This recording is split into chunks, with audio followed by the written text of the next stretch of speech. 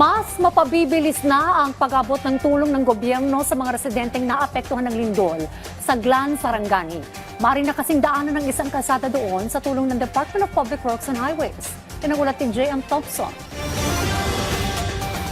Dahil sa mabilis na aksyon ng Department of Public Works and Highways, nabuksan na ang daan papasok ng Glan, Sarangani. Isa kasi ito sa mga lugar na higit na napinsala dahil sa malapit ito sa epicenter ng 7.8 magnitude na lindol. Malaking bagay ito at sinabihan ko na rin si Secretary Rex Gatchalian ng DSWD kaninang umaga at nag-report na rin ako sa NDRRMC para yung goods at yung relief goods, water, fuel, food, lahat yun ay makakapasok na sa Glan. Hindi naman tumitigil ang ahensya sa kanilang clearing operations para ayusin at alisin ang mga debris mula sa mga gumuhong gusali. Sa ngayon, prioridad ng DPWH ang pagsasaayos ng mga tulay, kalsada at ospital. With the help of the owners, ma-assess at ma-clear na rin yung St. Elizabeth.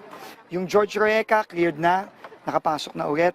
Yung Sarangani Provincial, may mga konting inaayos na lang pero structurally safe na siya.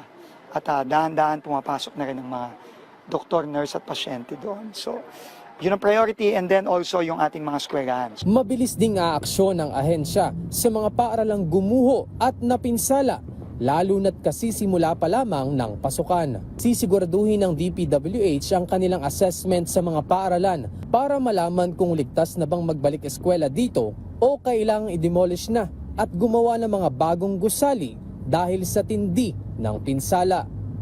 J.M. Thompson, para sa Bayan.